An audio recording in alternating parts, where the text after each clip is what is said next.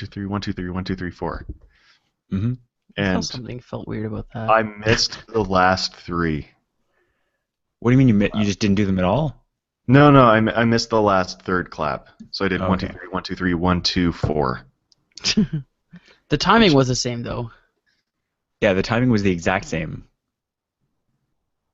You wasn't just it? Was it? yeah, Was there that gap there where I just didn't clap? you kind of like subconsciously made up for it. Yeah, I think So so. I'm sure Rob will do a very deep dive in post, I will. and I won't just cut the entire thing immediately.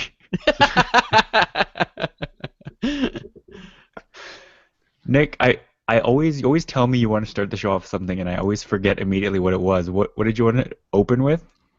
so Mike, you brought me back some coffee from your trip to Colombia, I did. and I gotta say, it has some rich coffee notes in it.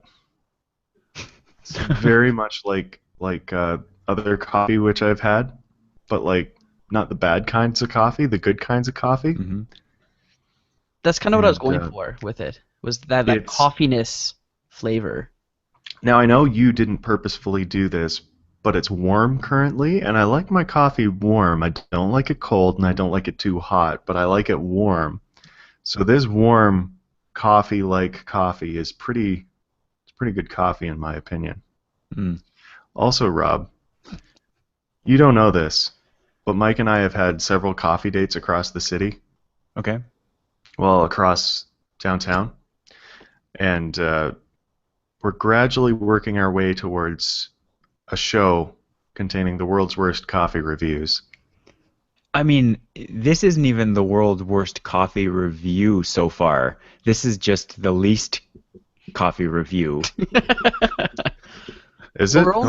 we're only just starting out, Rob. You can't Right. expect us to start off with the Yeah. worst one. I mean, if you went to different coffee shops with little handheld microphones or phones that were recording, you could probably do little 5-minute reviews and post them, and they'd be pretty funny.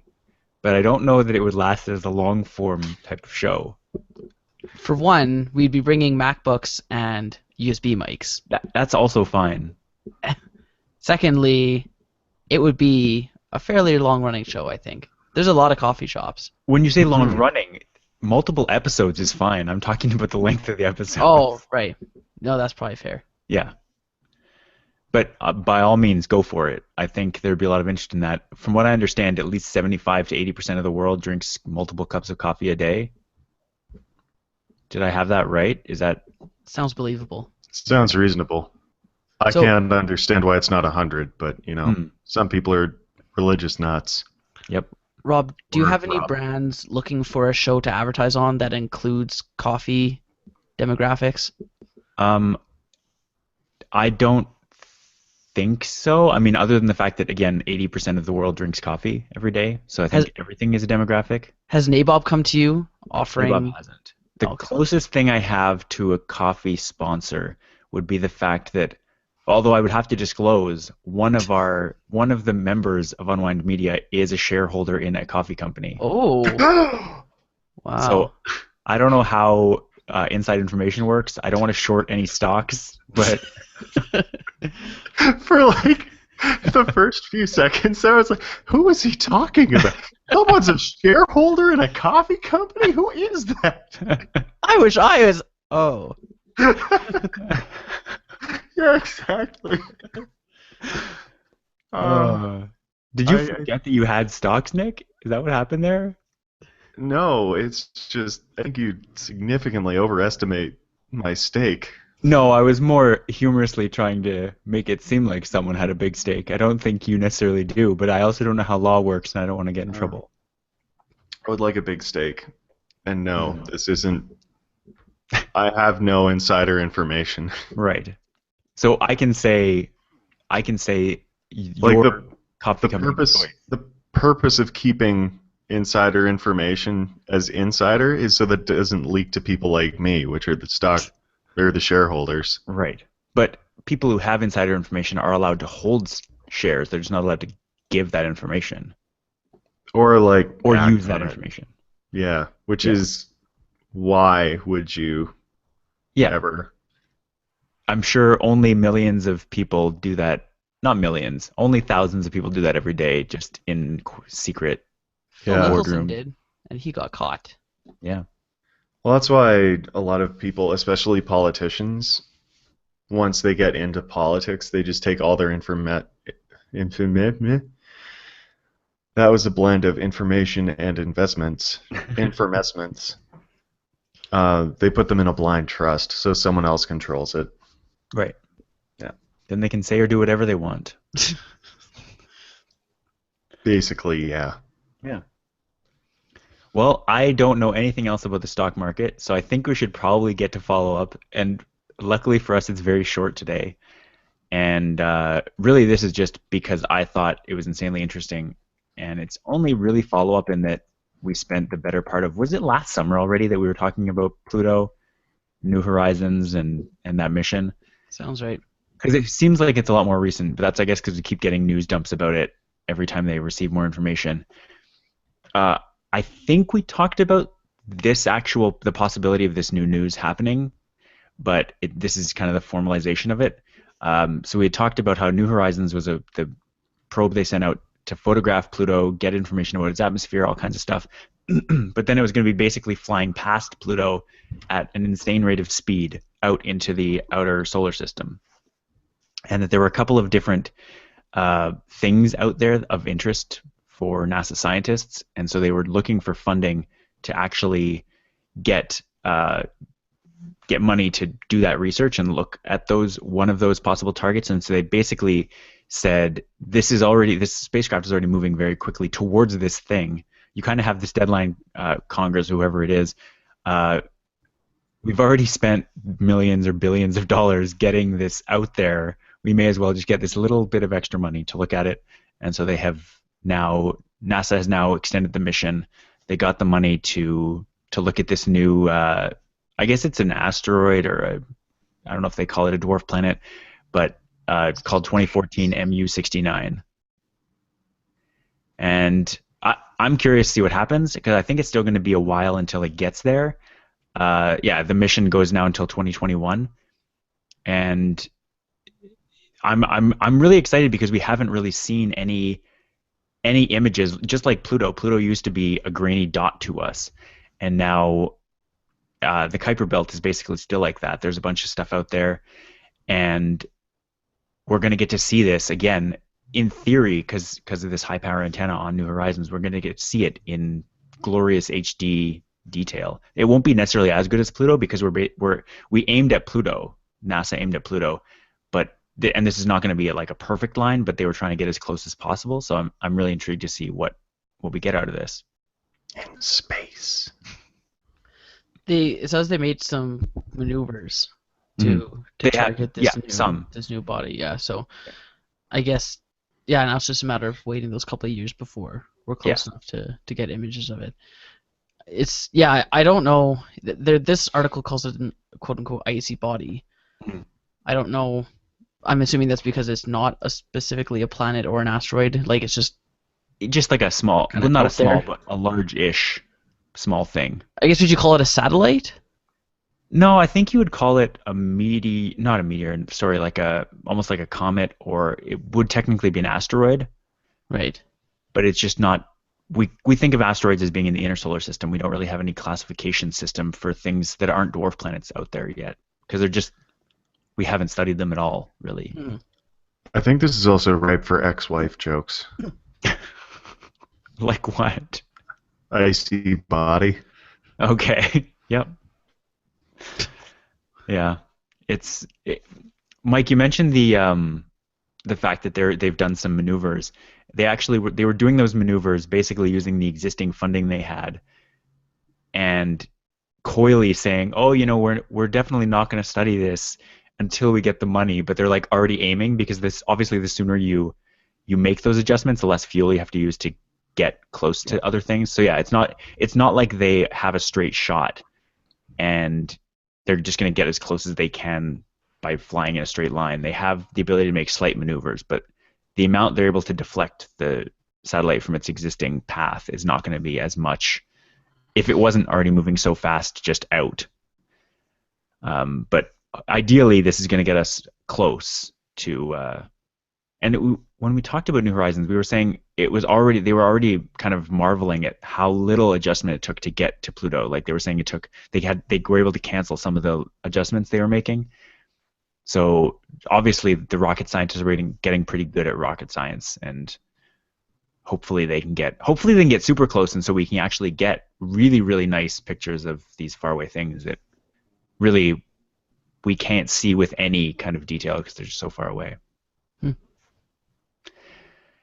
Yeah, so that's it for follow-up. I don't have anything else. Well, what I want to know is how this is going to affect NASA's new Snapchat account.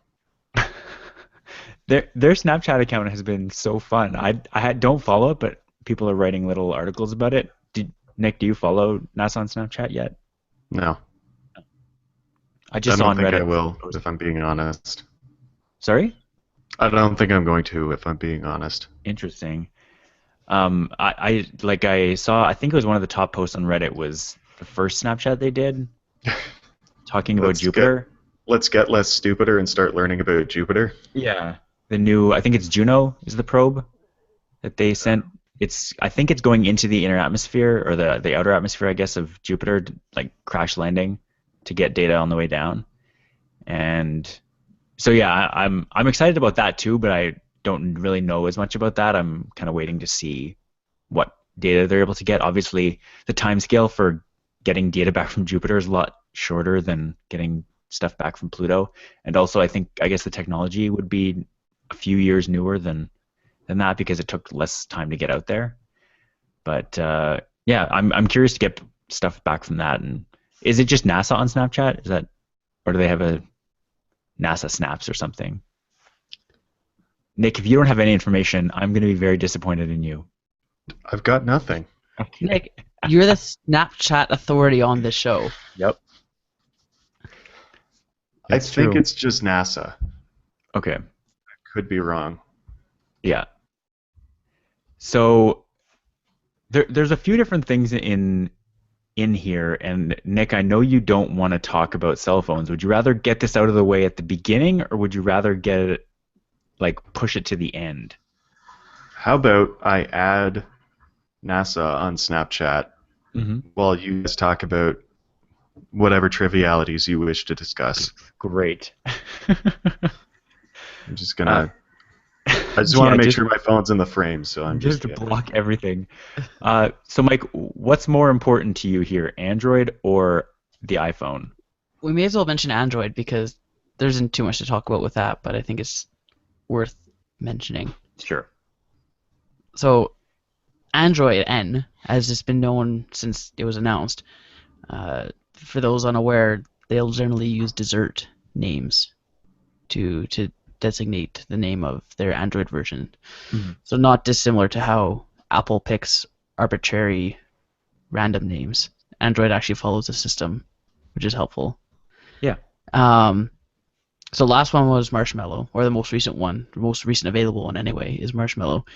There's an Android N beta out right now, and this past week they announced that Android N is going to be known as Android Nougat. Nougat? Nougat.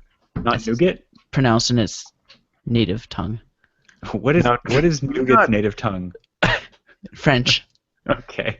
Did we not call nougat as the name? Everyone did. Well, we talked about it, yeah. Or Nutella, or nougat was the leading kind of consensus. Yeah. As far as what the name was going to be. Nutella was a close second, but only if branding was kind of in the books. But I guess they're not going the way of Kit Kat. Yeah.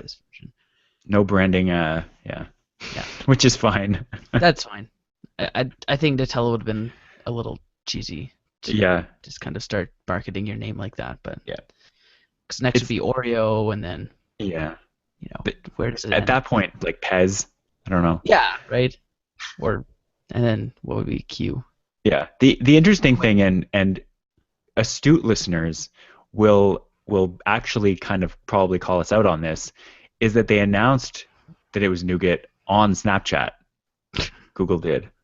So the Google Snapchat account was the one that actually broke this news. And Google has Snapchat? yeah, just Google.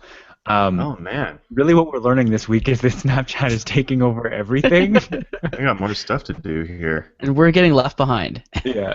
But they announced it live at their campus, but it was Snapchat. Snapchat was the main broadcasting tool for Google for the thing, which is odd because they have a big social network that they could have used for it. They also have, there are a number of different ways that Google could, any number of chat platforms, they could have just typed it out into everyone's into everyone's chat box. But yeah, Snapchat was the way to go for both NASA and Google. Yeah. There's not really much to say about it. Like, this is just an operating system name. There's only so much you can't really read into this at all because it is just a name. It has no context in reality, but it's a fun thing. To be fair, though, people do get to know the operating system by its name. They do. People still talk about Jelly Bean and Gingerbread and Kit Kat, Lollipop. Like, it's just it's not like, Windows 95. Like, it's a branding, right? Yeah. So it is important what the name is called. And right. I guess if it's a stupid name. So real-time follow-up. Yeah. NASA added me right away, and Google is taking its sweet time in adding me to Snapchat. So there's that. They added you back? Did NASA add me back? Or no, like they just let me start following their story. Oh. I think you just have to refresh. What do you think I'm doing, Rob? Oh, because This is my first rodeo. Both of mine showed up right away. Is that the native French tongue as well, Nick? It might just be that Google hasn't posted anything in the last 24 hours. Well, that is very upsetting. Okay, while we're talking about stories, I need you guys to fill me on how stories work, because a while ago I was setting up a story, and then all of a sudden my option to add to my story disappeared. Why is that? Add to your story? Because you need to scroll up. I did. Wait. Interesting. What does that mean? Okay, so I took a snap, I sent it to people and added it to my story. Okay. And then I took another snap, and then my story was still there to be added to. Mm-hmm. And then the next time I did it, it was gone. Did you initiate the last one from a reply? No. Then there's no actual, like, you're not saying, it's not, the option isn't add to a story, it's like the option to check my story or not, right? That's right, like it's just, you add that snap to your story. And it's not at the top. It wasn't. It just disappeared. But it came back again eventually. The only thing I can think, if this happens again, let me know, but the only thing I can think is if you initiate from a reply, you don't have the ability to pick who you're sending it to. Yeah, no, that wasn't the issue. I was able to send to specific people, but I couldn't add it to my story. But anyway, I thought that was weird. And it wasn't a pre-existing photo in your library that you were trying to share, because I know that's happened to me. Oh, okay. If to add to your story, it has to be happening live. Oh, okay, that could be why that would make sense. Okay, that would have been what happened then. Okay. Yes, I'm a millennial. I understand Snapchat. Congratulations, Rob. Yeah. We're all very proud of you. That's the one. Okay, so moving on from Google and Snapchat, Mike, you also want to talk... Sorry, I take it back. NASA's Snapchat was great. It was pretty good. I went and looked at it. I learned way more than I thought I would about Jupiter. And I do feel less stupider. Yeah. I can't wait until they get to Uranus. It's funny about Uranus.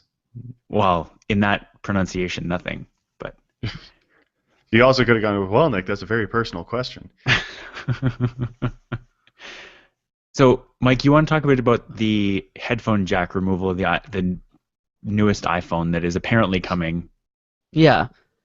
It's all just more a matter of time before we see it now. I think it's... In theory, yes. It's all but confirmed. And people are busy writing think pieces on whether it's a good thing or not. Right. And... Because of course they are. I think it comes down to technology changes, and anytime something drastic, such as removing a CD drive from a computer or a VGA port Or floppy drive. or a floppy drive or the little track nub Hmm. on computers, people are always going to be disturbed by it, but people get used to it, Yeah, and that's just kind of that's how technology works. that's how, yeah, exactly, right? So as far as why they're removing it, I don't think that's really justified to Mhm. to save that millimeter or whatever it is that is going to help them thin the phone. I don't think that's justification for removing it, but just objectively saying 3.5 millimeter versus USB-C audio, I I think that's just, yeah, like it's just technology. And personally, the 3.5 millimeter jack is usually what starts failing first on all of my devices. If I if Okay. I if I use it on a device, it will fail first. Right. Um, Hmm. so I guess I'm happy to see that gone. Yeah. I mean, we first talked about this a very long time ago, Yeah. and we were coming up with options of what they would do, and if they were going to do this. And I think any of those options, like for me, it's all about Bluetooth and if it's implemented properly. Because so for context, I spent the better part of the second half of Canada Day with the stereo on, listening to Bluetooth music, and it was very loud, and not a single person at the place I was at, which alternated between getting loud and getting quiet, with kind of ambient noise. Nobody even noticed that it was Bluetooth sound. Talking about the sound quality of Bluetooth, unless you're listening to like studio headphones, is pretty irrelevant.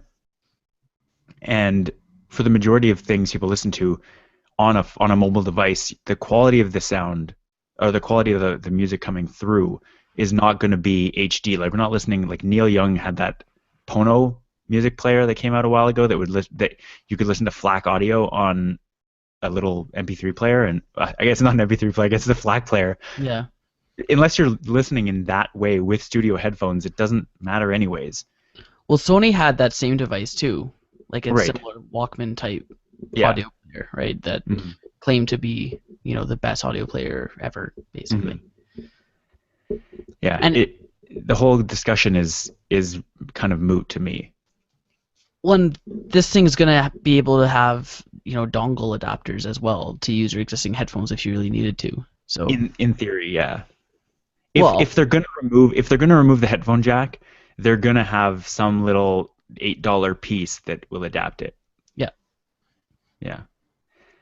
So I will say it's Nilay Patel that wrote this Verge piece that you put in the notes, Mike.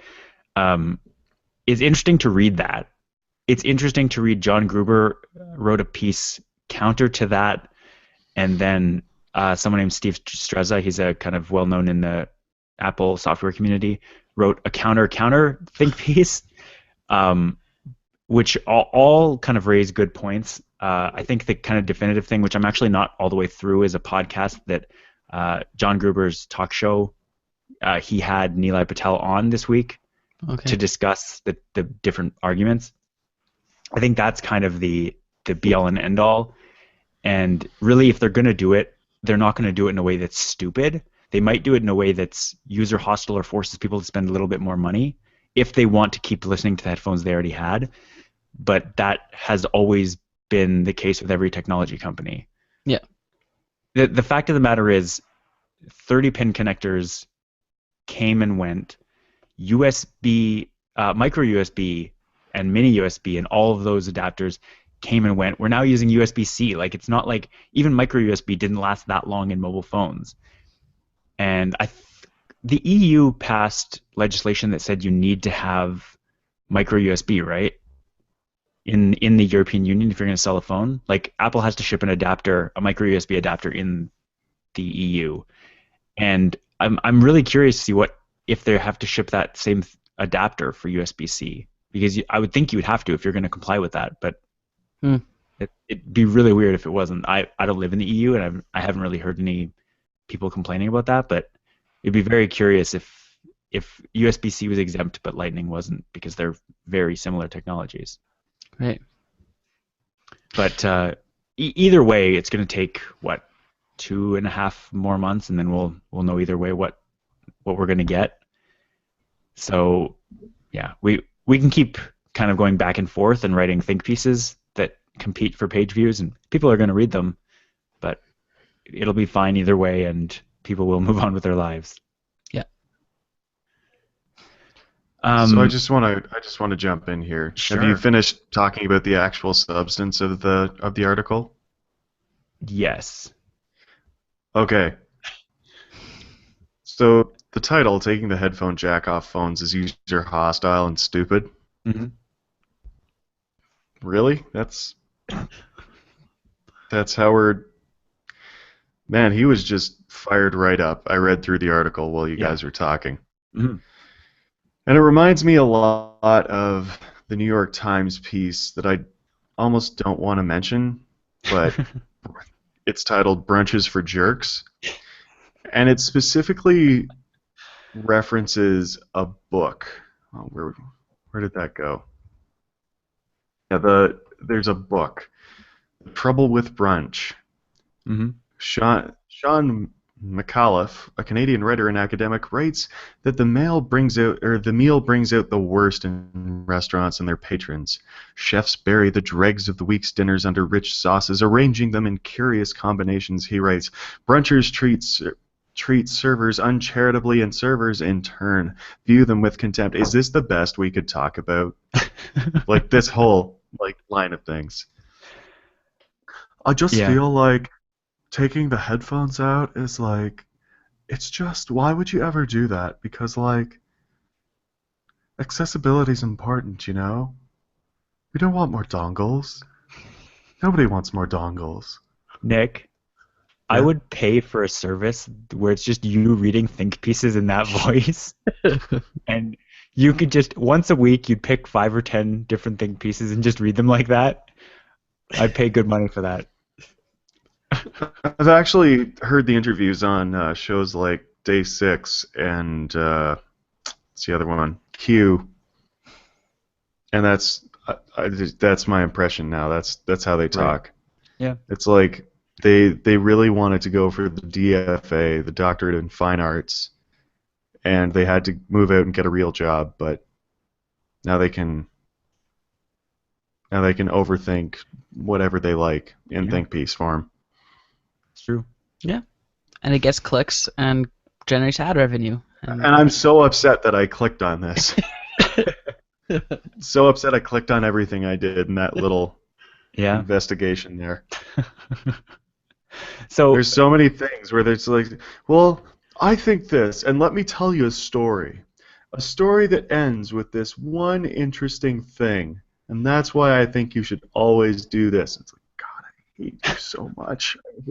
I hate this all. Why can't we talk about issues of substance? Well, okay, so this last technically mobile story it came out a couple weeks ago. It came out while Mike was gone. But it's very curious, and I think it's more of a business thing than it is a cell phone thing. And since nothing has really happened in the last week and a half with it, Mike, why don't you give us the background you know about Chill Mobility, Chill Telecom? It sounds like this guy decided to set up a Squarespace website, register a domain name, not register the trademark on the actual company name, and has now started crowdfunding for this pie-in-the-sky idea of an MVNO, and is also looking for venture capitalist investments to start this company. So the gist of it is that he's offering, or wanting to offer, unlimited everything, text, talk, data plans, Canada, free international roaming. I don't know how that's going to work. What else? That's pretty much the gist of it. Basically, everything you'd ever want out of a phone plan, and for $35. Yeah. $45 for the next level up, which I don't really see the difference between the 35 and the 45. Well, the international roaming would be the difference. Oh, is that the difference there? Okay. Yeah. So, say for our purposes, $35 for unlimited everything. Yeah. Which is like, okay, I don't know how that's gonna work because as an MVNO, you're already having to buy the network use Yeah. off of another provider. So you're already having to make up that overhead charge. So I don't know how you're gonna do that. Yeah. Like Wind at least had their own network, so they were able to offer competitive pricing. Well, they had their own quote unquote network. They did. They had their own towers. Right. It was a network. It wasn't a good network, but it was a network. They had a full set of towers that covered most of some cities, kind of.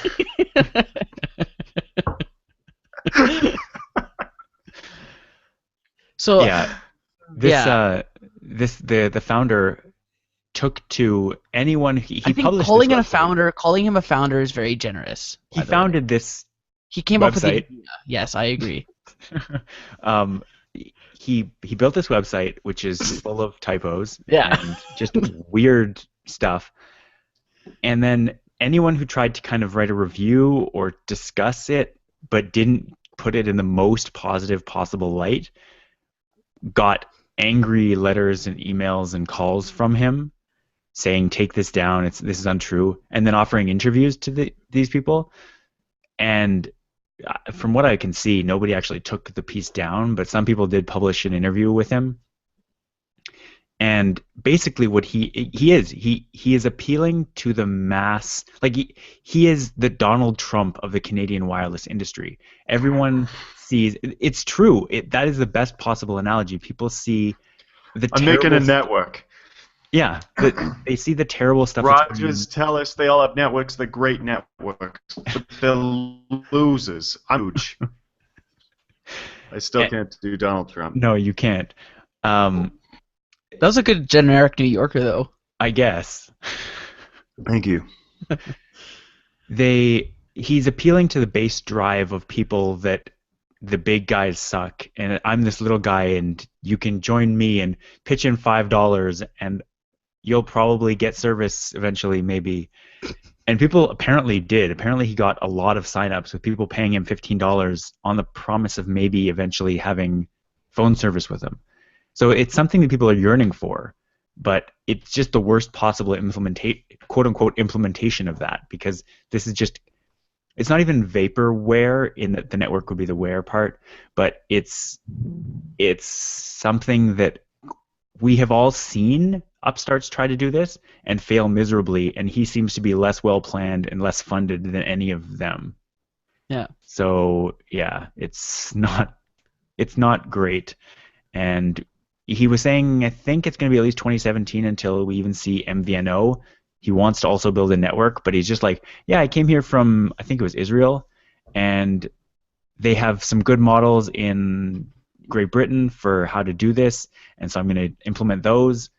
And Canada seems like a great market for it, but he's forgetting that we have this massive population spread out over a massive area, and people have failed at this before. Like MTS just went out of business. I wouldn't call it a massive population next to most other countries. We're in the top, I don't know, 30? We're in the top 152, at least. Okay. We're not a tiny population. They're not that big. Mm-hmm. I'm looking it up now. As am I. Real-time follow here, folks. So while you guys are busy doing that, I just want to add that this is the case. We are 38th. How come I see 37? That's odd. Are we both on Wikipedia? Yeah. Mine's citing the United Nations. Mm-hmm. I see 30. Okay, I see 38 on. Yeah, okay. I don't know why. Anyways, that's fine. 30. Not huge, not tiny. Go on, Mike. This is a case of there's a reason why no one's offering this right now. Mm-hmm. Well, let me clarify. There's a reason why no one's just starting up fresh and offering this. I think a company like TELUS or Bell or whoever, they probably have enough subscribers that they could still make money on a plan like this, where it's $35 a month, unlimited everything. Maybe. Maybe the margin would be fairly slim, probably. Hmm. But for someone, and this guy, not that it matters, but this guy's like 20 years old, so it's not like he has, a wealth of experience and Right. expertise Or in this any kind of thing. experience. Any experience, and so to just say, "Oh, build this website and offer this," it's almost deceptively scammy. Yeah.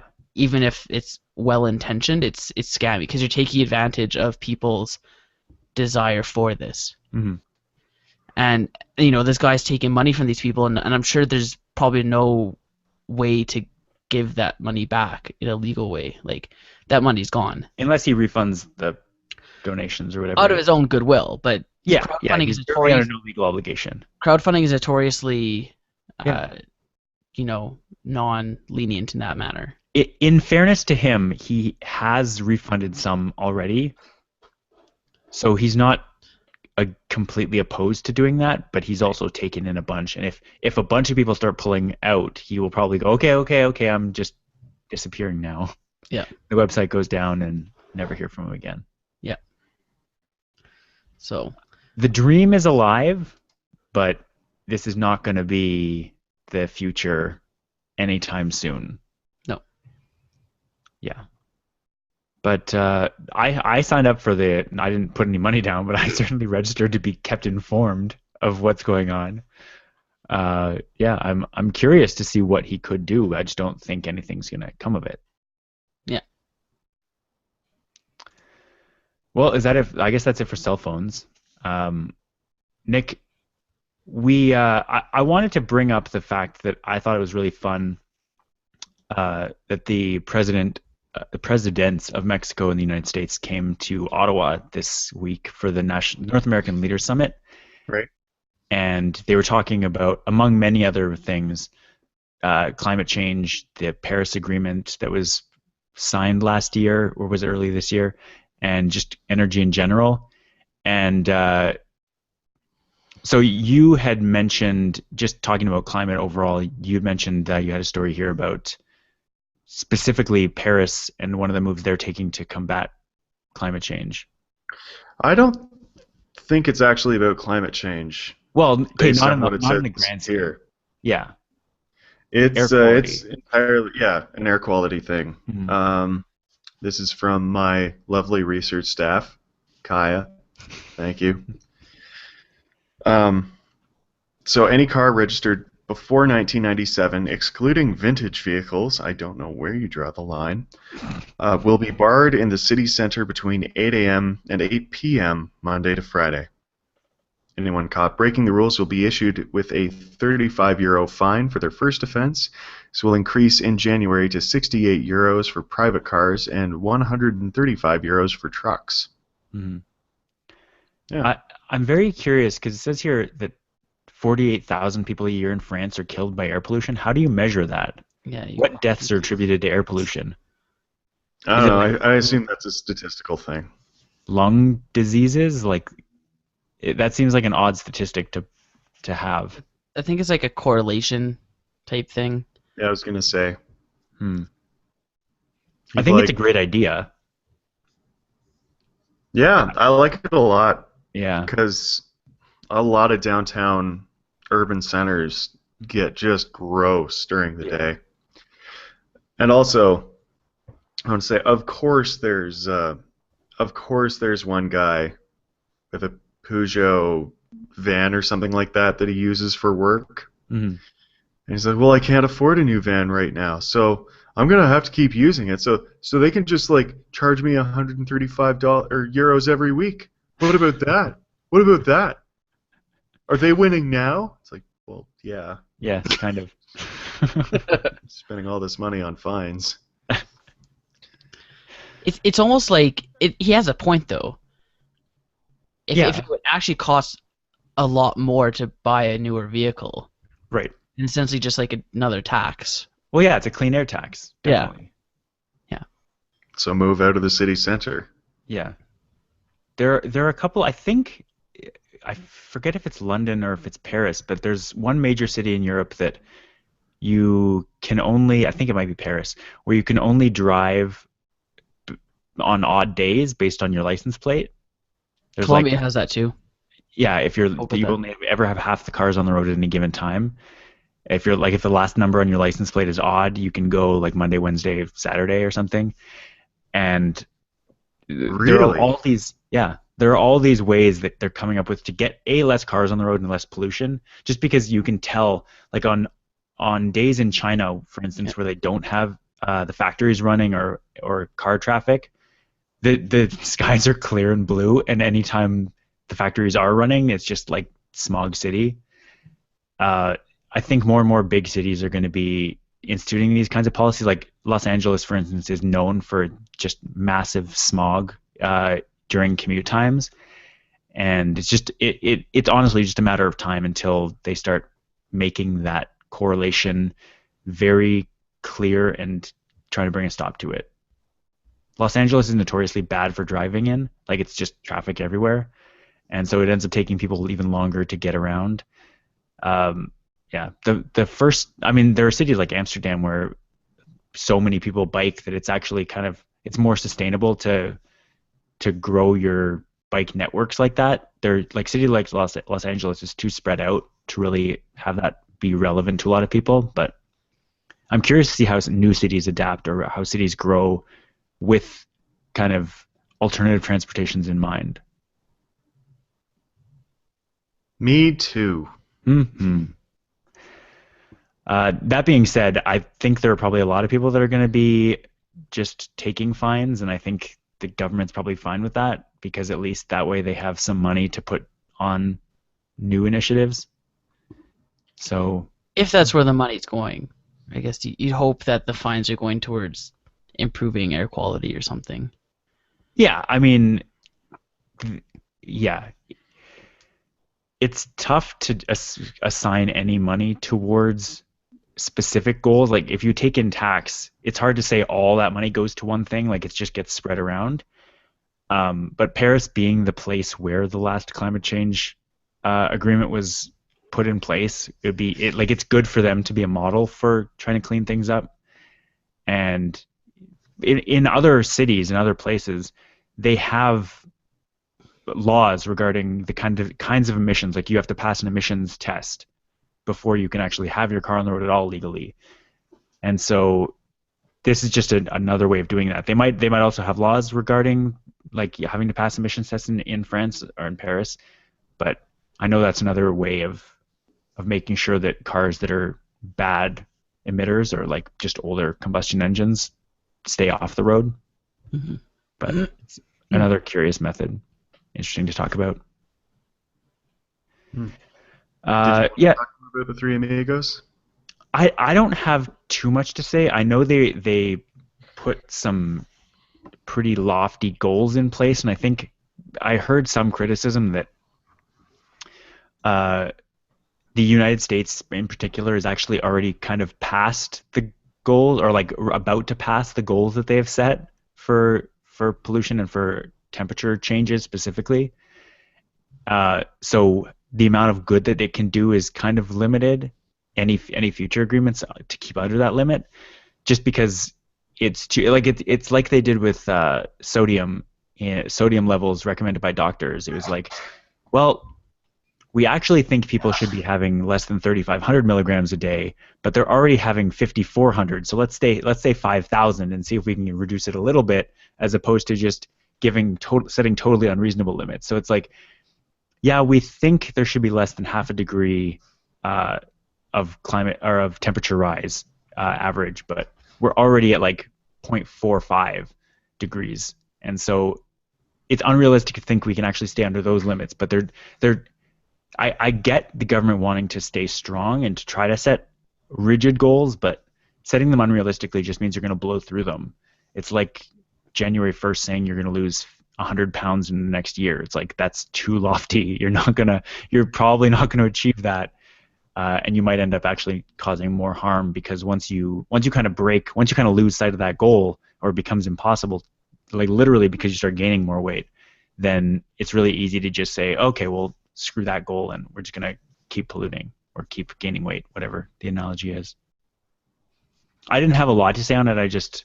I thought it was interesting getting those leaders, like the United States is obviously kind of they have the biggest military, this huge economy. Canada, we're the nice little neighbor, 38th biggest population in the world.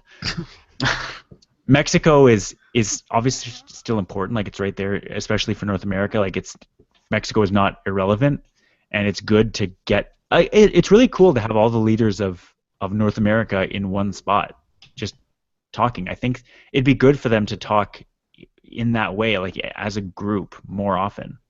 Mexico being the world's 10th biggest country. There you go, by population. Yes. Yeah. But not like landmass, because then we're second. So yeah. Yeah. So yeah. Take a wild stab at the population of Mexico. By the way, I think it's like 150 million, probably. 105 million. 127 million. Yeah, that's close.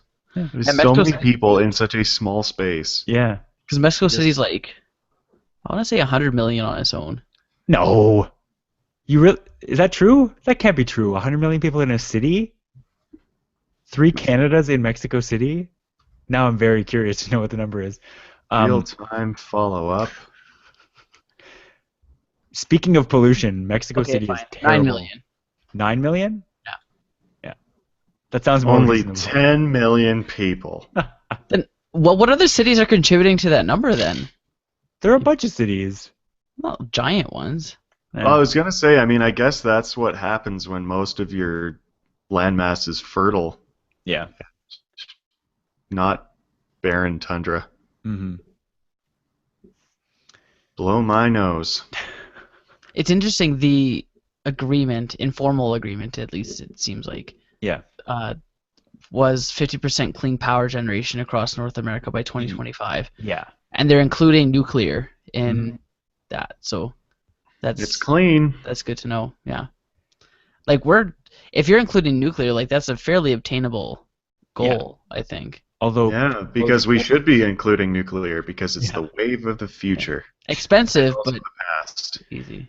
yeah. Where else are you going to get 10 gigawatts on demand all day, every day? Yeah. Because how much does it cost to set up a nuclear plant? Probably a lot. And the mining Details. too. Actually, I think it's like $1 million. a couple billion, Yeah. maybe. The other thing I thought was curious about this leader summit, and you guys weren't in Ottawa, so you probably didn't hear about this. On the summit was on Wednesday, but the Mexican president came up a day early, I guess, to just talk about some Canada-Mexico stuff. And in the morning, he and Justin Trudeau went for a little run around, like across into Gatineau and then back up. And they were flocked by a few staff, and there was a couple of bikers alongside them. Like a bunch of photo ops were taken on the Alexandra Bridge near Parliament. But it was just so funny because they were able to just go out, have this run. Like even Justin Trudeau, I feel like he would get mobbed if he went out for runs on a regular basis. And then when Obama came the following day, it was like a motorcade. They shut down every street from the airport to Parliament and to the National Gallery, I think is where some of the meetings were happening. They just completely shut down most of the city for a couple of hours while he got here and while he left. And just seeing the difference between what the Mexican president gets, where it's like barely even registers that he's here, to Obama getting mobbed everywhere and like people lining the streets to just see the motorcade go by. It's such an interesting difference because in theory, seeing any head of state would be a pretty cool thing, but it's just, even Trudeau, he's been out in the public so much. Like he's obviously still a rock star in the kind of political figure sense, but he's nowhere near Obama levels. I think So I gotta say, remember when you said, "Hey Nick, I don't know if you've seen this thing that happened in the news, but," and it was political news. That definitely came across my desk. Good. Yeah. I think part of it is that people in Ottawa see Trudeau as more of like a mayor than a prime minister. Like you're just familiar with him. It's like, yeah, he's here, no biggie. Like, No, I think it's still a biggie even for people in Ottawa. is it? Okay. Like Jim Watson's the mayor, and he's pretty well known too. He was the one petitioning to get the Heritage Classic on Parliament Lawn in Right. 2017. No, I'm not Very saying he's visible. not recognizable and well liked. I just mean like as far as mobbing and being fanboy. I think that still happens to Trudeau. Like Nenshi walks around the city and people recognize him and will say Yeah. hi, but they won't like mob him. Right. Because Well, he's so visible, now- because it's normal. Right, exactly. So it's not the same as Trudeau though. Trudeau, I He's think, on still Stephen gets Avenue a lot, by the way. Yeah. Is he? Nenshi? Oh. Oh yeah. This is like I saw him for the second or third time on Stephen the other day, Okay. and every time it's like, it's Nenshi. Oh my God, it's Nenshi, and he's just like sitting having a meeting and like eating a meal. Yeah. So hmm don't want to interrupt it, but oh my God, it's Nenshi. He's right there. I see him on the TV. I don't know, but the Prime Minister isn't actually like just walking around Ottawa all that much. But he does sometimes, though, and that's the funniest part. It's not normal, like it's not an everyday occurrence, but it's like a weekly occurrence. I guess. I don't know. I remember when I saw Peter MacKay and I was absolutely starstruck hmm to the point where I just like started talking to him. It was embarrassing. Is that when he was minister? Oh yeah, Defense, I think. that was during the Harper years. Hmm. Because all the years I was in Ottawa were the Harper years. Now that I think about it. That's really unfortunate. Like this third act of The Lion King is basically how I remember that. Everything's just like it's rainy and morose. So who's Mufasa in this scenario? I think Would that be Pierre Trudeau? Trudeau. Pierre Trudeau? I guess. No, bro. What? I don't think it worked that fine. I'm just trying to think like now we're back because Simba came back and that was current Trudeau. Well, no, but I mean Trudeau I Senior would left, be his dad. and so it's still rainy and morose. If I come back, then it'll be, I guess so. I guess you would be Simba then in this case. you'll be you'll all be singing Circle of Life when I come back. Exactly. Oh man. All right. So there's one more story here that I just thought was like it's so in our wheelhouse that I couldn't pass up putting it in. I don't even have the original. I didn't even put a link to the original story when it first came out that the first Tesla death was caused by a car that was on autopilot. But Tesla, I'll find a link to it. Tesla wrote a thing about this in a press release. So basically, this car was on the highway driving along, and the driver was a Tesla enthusiast. Like he was posting dash cam videos of him driving his Tesla, doing autopilot, all that stuff. He was driving on the highway. A semi came turning left onto the highway ahead of him, and it was a white semi on a white sky, and autopilot did not see the semi.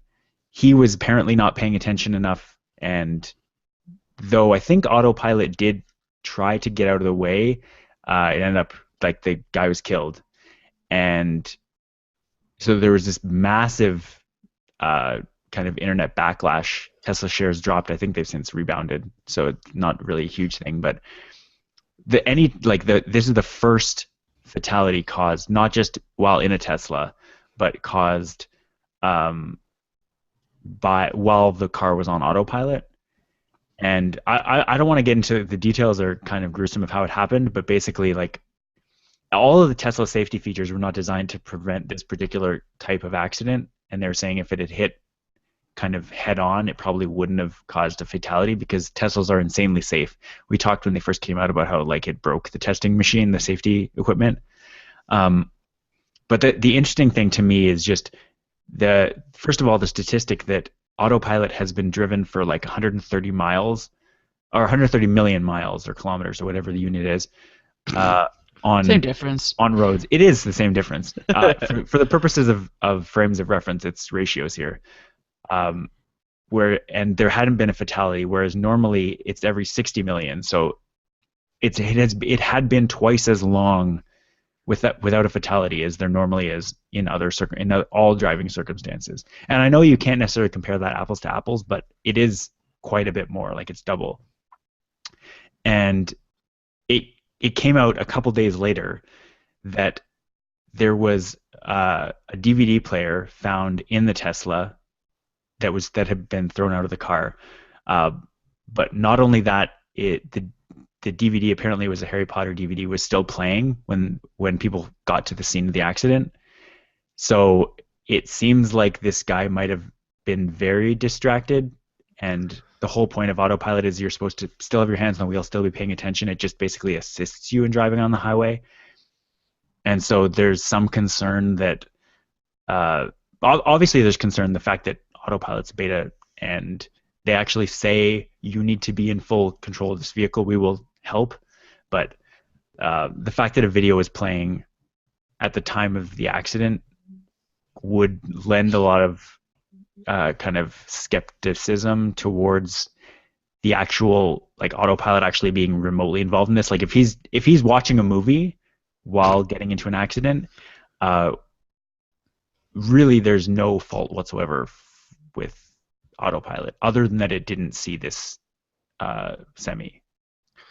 Also, I I have a gut reaction here that's just entirely inappropriate, but that is a well-constructed DVD player. Mm. It was still playing after being thrown from a vehicle in a fatal crash. Well, yeah. If you're curious, it's not necessarily that um, surprising that it wasn't thrown into the vehicle. If you go and read, I don't want to describe it, but if you go and read what happened, it's not, depending on the placement of where the DVD player was, it's not that surprising. Okay. Um, yeah, but it's obviously very sad, and especially since this guy was like a technologist, he was very involved in like Tesla forums and all that. He was kind of very well liked. But yeah, if you're driving a car while literally distracted by a movie playing, not a lot of kind of in the way that we're obviously going to mourn the loss of any human life. It seems like he could have done a lot more to prevent this just by paying attention to the road. I'm sure a lot of people just drive on highways and are distracted in that way just without autopilot systems, and I'm sure a lot more of them are killed than happen here because they have this self-driving assistance. But yeah, it's very sad, and it will like again, this is kind of the thing when we talked about when the Google self-driving car got into an accident, that it was the first one. It was like, this is actually kind of the best case scenario for the first accident, because there's going to be a lot of concern anytime any self-driving car gets into an accident. But for it to have not been the self-driving car's fault is more positive in terms of the fact that we can move past it and get to improving the systems to even make that unnecessary. And there's obviously the fact that it had gone 130 million kilometers or whatever it is on autopilot without there being a fatality, it's already better than human drivers. And that's really all a self-driving system needs to be, is better than a human for it to be safer. And so, yeah, I mean, if you guys have anything to add, go ahead. But for me, that's just, it's obviously very sad, but it's way better than humans can drive. To be fair, the system did fail The as system, far as yeah, not identifying the truck. sure, yeah. So, to say that Tesla wasn't at fault, part of it was, but that's not to say that the person driving shouldn't have also been paying attention to intervene in this case when it was necessary. Right. The whole point is Tesla explicitly says we are not at fault if you get in an accident. But the Right. system did fail. Right. It failed to detect a vehicle that it in other circumstances would have braked for. Yeah. Uh, it's also like, I mean, clearly it's not meant to be a fully autonomous vehicle. Yep. So it's like looking at, I don't know, looking at a carving knife and being like, this is it's like good for carving meat, but why is it so terrible at buttering my toast? Yeah. Like the blade is just too long and thin for buttering my toast properly. Hmm. And you can't get mad at a tool for being used improperly. Yep. It's true. And so I'm sure more will come out from this, but it's obviously like it's not great, but so many like the fact that it hadn't happened so far is unbelievable. And they were actually like I read someone on Twitter I think saying really if there's normally a fatality every 60 million kilometers and Tesla didn't uh, like on autopilot nobody was killed for 130 million kilometers, doesn't that mean Tesla saved a life? And that in itself is an interesting kind of way to think about things, but also they're like the Tesla is so safe that in most accidents where people would be seriously injured or killed, the Tesla already has saved many of them just because it has these massive crumple zones because there's no engine. It is a very very safe vehicle and it's already saved many many lives. So it's kind of the thing where traffic until we completely overhaul the traffic system, we're not going to get perfection, and we may never get perfection. There's also the obvious point that the other thing I was thinking about a couple days ago when this came out, if the semi truck had also been autonomously controlled, this wouldn't have happened either because it wouldn't have made that turn if it knew if it was communicating with the other vehicle and could see it. It wouldn't have made the turn when there wasn't enough time. But yeah, just because traffic systems aren't perfect doesn't mean we don't have to still get around. So transportation is important, and so far we've just taken any fatalities that come with it as just a consequence of having to get around.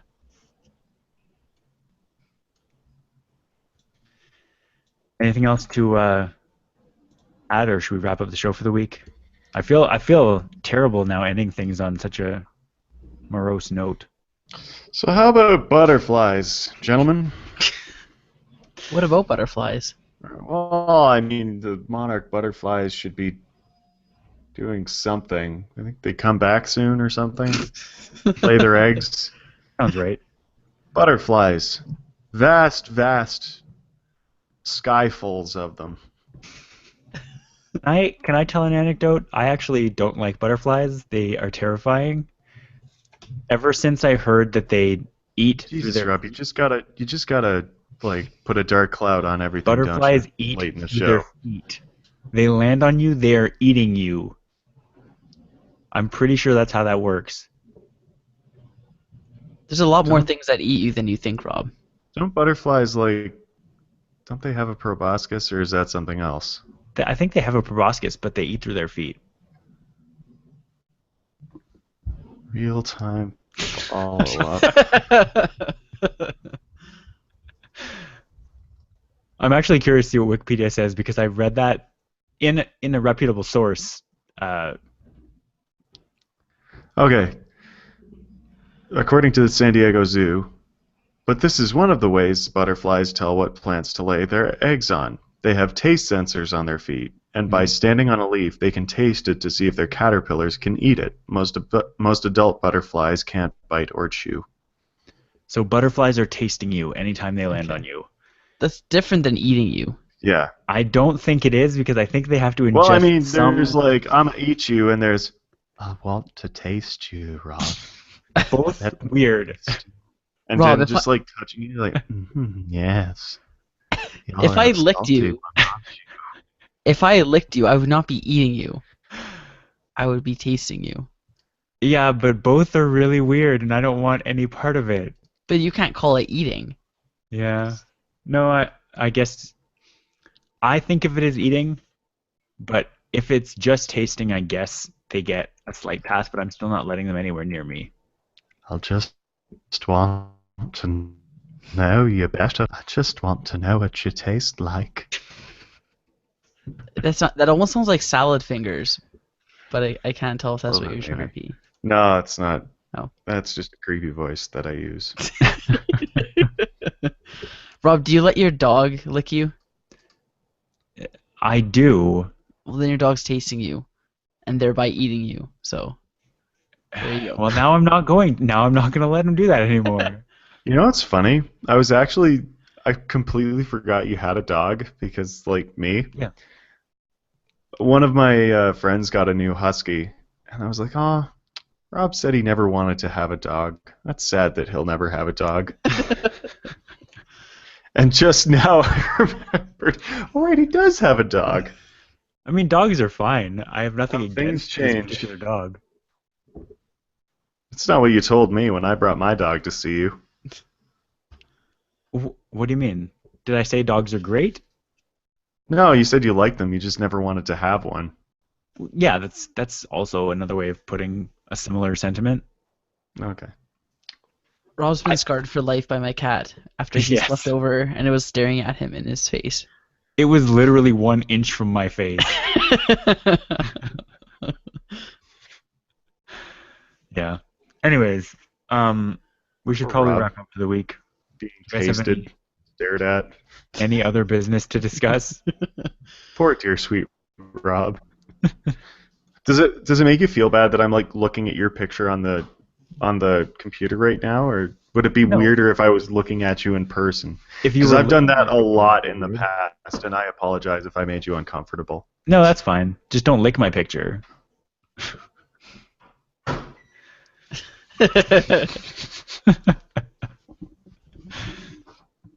Oh, he's going for it. Oh no. Dusty. Yeah, someone needs to clean their computer screen. All right, I'm going to say thank you for listening this week to Future Chat. You can head to unwindmedia.com/futurechat for past episodes and much more. And thanks for tuning in. See you guys next week. Ciao. Just don't like look at Rob too much, Don't do or it. like listen to him, because then is that definitely don't lick him, because Don't lick me. he really doesn't like that. You guys have any after show stuff to discuss? What else can people find on unwindmedia.com/futurechat other than past episodes? There's blog posts. Your bet you taste just a teardown little of bit your like- computer. That's true. I bet you taste a little bit like Soylent at I this bet I point. do. I would be really surprised if I didn't.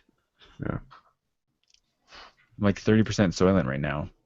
I wonder if cannibalism was a big thing, like what different Soylent would make. Yeah.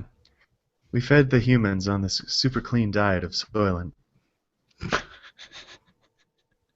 This got weird. Why are we talking about this? Oh man. Because I started talking about butterflies, thinking it'd be a nice light topic. How wrong I was. Rob would have none of it. I think it turned out fine. Yeah, I got nothing. All right. I'm going to end